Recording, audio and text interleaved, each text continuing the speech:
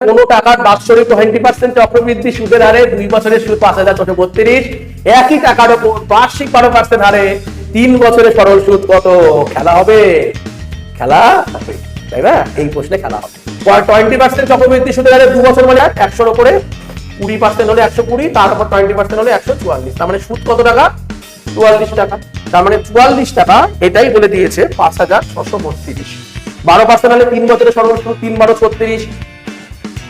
প্রশ্ন চয়, সংখ্যা চয়, 12%, 3 বছর, এই সংখ্যাগুলোতেই ফিদা হয়ে গেলাম ভাই, সংখ্যাগুলোতে ফিদা হয়ে গেছে। কোন কোশ্চেনে ক্যালকুলেশন দেয়নি, সব ডিজিটাল, সব ডিজিটাল। ডিজিটাল সাম কত? 36 মানে কত? এটা তো প্রশ্ন। 36/4, তাহলে কি কি খেলা কি হবে কি হবে না? 36 মানে কত? 6 আর 3 9, তাহলে ডিজিটাল সাম কত হয়ে যাচ্ছে? ডিজিটাল সাম 0 হয়ে যাচ্ছে। খেলা সেই, অঙ্ক করার কোনো দরকার নেই। কোথায় ক্যালকুলেশন? 4 6 10 14 নেই, 6 4 10 8 18, এটা হতে পারে। 4 6 10 8 18, এটা হতে পারে। 4 6 10 1 1, মানে এটাতে নেই, দুটোর মধ্যে একটা। আচ্ছা, 44 থেকে 36, তার মানে কি হয়েছে? ঘনত্ব কমেছে। 44 মানে যা হবে, 36 মানে কম হবে। তার মানে অ্যান্সার কি হবে? 5,632 এর থেকে কম হবে। আর 5,632 এর থেকে কম কোথায় অ্যান্সার আছে? এই দুটোর মধ্যে দুটোই হচ্ছে ডিজিটাল সাম 0, কিন্তু এইটা তো 5,632 এর থেকে বেশি হয়ে যাচ্ছে, এটা হতে পারে না। কম, অলরেডি আসছে 4,608।